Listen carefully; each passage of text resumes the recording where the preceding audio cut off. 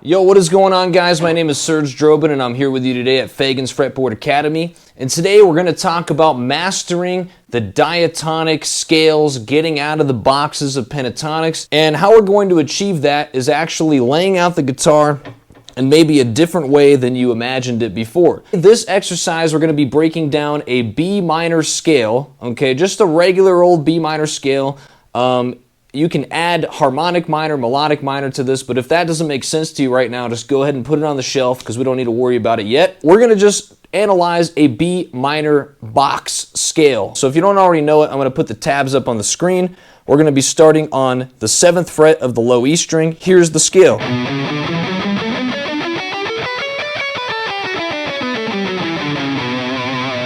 Okay, probably one you're decently familiar with. There's also pentatonics that go with this.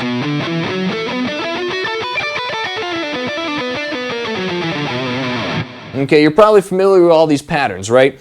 How do we break this down to where you can get out of this box? Because what if you are soloing, let's say, and this is all you know? What we want to do is kind of mentally start getting out of these boxes. So we're going to take the same B minor scale that you saw in the descending pattern that I played in the beginning of this video, and we're going to talk about just breaking up the notes across the fretboard rather than up and down the strings. So we're still going to go up and down all the strings, or rather just descending all the strings for this specific pattern, but you can go ascending too if you'd like at the end. But we're going to talk about how to break up these same exact notes, relatively speaking, and do a pattern that utilizes way more than just the box. So we're really going to be going more from the 17th fret all the way down to the 7th fret. So that's 10 frets. Now, I always like to say, you buy an instrument, whether it has 21, 22 frets, 24 frets like this Jackson has, you paid for all the frets. So I think it's in your best interest to try to use all of them. So let's just get the notes of the scale first. Okay, I'm going to have the tabs up on the screen.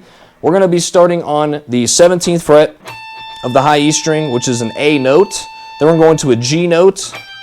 Okay, then we're going to an F sharp note. And this is just 17, 15, 14 on the high E string. And then we're going to go to the B string, 17th fret. And then we're going to go 15, 14, 12. Okay, then we're going to go to the G string. We're going to go 14, 12, 11, and then we're going to go on the D string, 14, 12, 11, and then we're going to go to the A string. This is going to have a little bit more notage on it. We're going to go 14, 12, 10, 9, and then we're going to go to the low E string, and it's going to be 10, 9, 7. All right, so here's the full scale that we're playing for B minor. Starting again, here's the full pattern that we just played.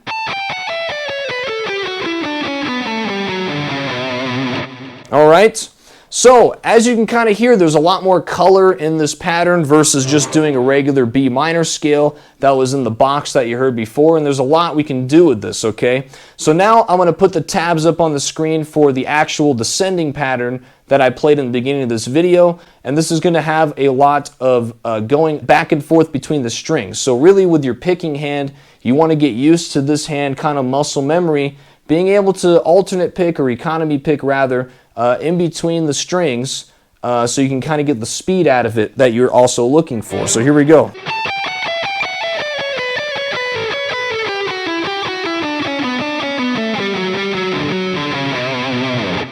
Alright, so now we're going to start with our economy picking portion of the pattern. So one thing I want to mention also for the fingering of this, okay? I'm using a lot of my pinky here, very symmetrical stretches, okay? It's subjective on how you want to play this. If you find it easier to play with your ring finger, go right ahead, okay? Usually when I'm playing something with this much speed, I try to actually use mostly my ring finger if possible, because it's the stronger finger and it's going to make the notes have a lot more clarity. One other thing I want to add to this pattern when you're doing the descending portion of it, every time you switch strings, like back up a string, ascending up a string, make sure that you accent the note. That'll keep you in time so it doesn't just feel like a million notes blazing at you at once. Okay, so listen to my accents here. I'll do that again. Okay, and here I am again ending on the B string, and then we're going to go back up. All right, so I'm going 15, 14, 12, and then 14 on the G string. Okay, so this is going to lead us to the next portion of this pattern. Okay, so once you hit the upstroke on this G string, you want to actually bar it with your middle finger for the B string again, because you're going to go down. Okay, like that. So you're going to go 14, 12, 14 on the G string, upstroke, okay, raking into the string, and this is going to be with your middle finger on a bar. Okay, so after we play that, we're going to end on the 12th fret, again on an upstroke. All right, so notice this bar, this rolling motion here. You want to use a rolling technique, almost what you would use for sweep picking and arpeggio. Now we're going to roll our pointer finger up into the 12th fret. Same technique, so then we're going to go downstroke on the 12th fret of the B string, and then up, down, up. Okay, and then we're going to go back, descend it again into the D string. We're going to rake that, go back up into the G string on the 12th fret, and then rake again, okay? D string. Okay, and then this is going to be kind of one of our last sets of rakes here, ascending back up. So then we're going to go to the D string, 12, 11, and then we're going to go 14, 12, 10. All right, so... All right, notice I'm still raking on upstrokes, okay? So every time I switch a string, it's on an upstroke. So once you get to the A string, we're going to have 14, 12, 10, 9, 10, 9, and then we're going to go 10 on the E string, upstroke, and then back to the 9th fret, and then back to the 10th fret of the E string. All right, so here's what that sounds like.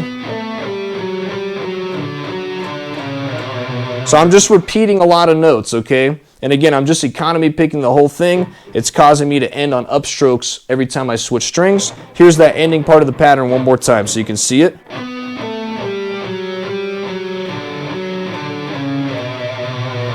Okay, and notice my hand the whole time stayed super close and inside of the strings, okay? I never did any outstrokes that would have caused my pick to move away from the strings, or any upstrokes that would have caused me to escape from the strings. I just want to keep the pick super close inside all the strings as I'm playing this. That's where the speed and the clarity comes from. So here's the full run of that lick.